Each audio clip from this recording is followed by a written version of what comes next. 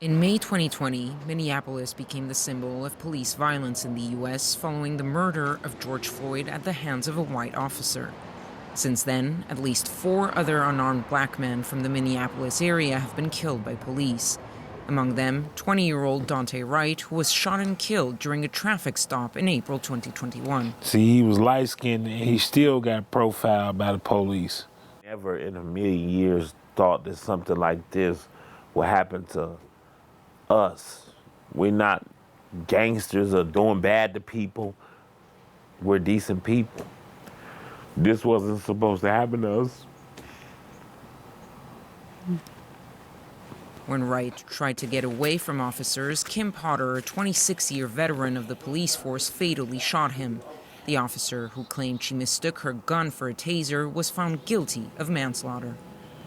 There definitely is a problem with the way the police are trained, with the way the system works. If my son had blonde hair and blue eyes, he probably would still be living today.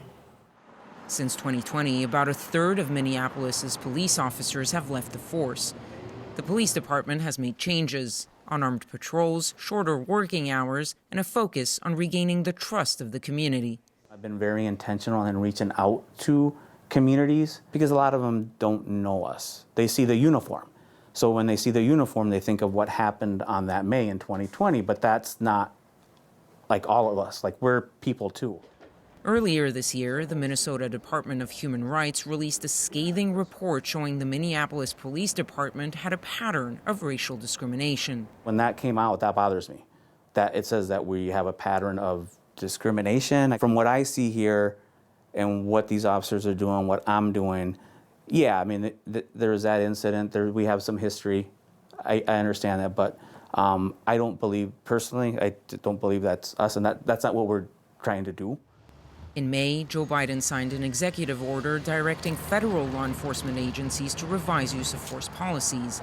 With one major flaw, according to critics: it does not apply to the country's 18,000 state and local agencies. Joe Biden came in off the energy of the Black Lives Matter movement. He met with George Floyd's family, but he still hasn't passed meaningful police accountability legislation. They need black men to come out and vote. Well, black men are saying we need economic justice and we need the police to stop killing us. So if you can ensure that, then we can vote for you. If not, we're going to look in a different direction. Despite making up 13% of the population, blacks still represent 25% of those killed by the police this year, a disparity that could cost Democrats part of the crucial black vote.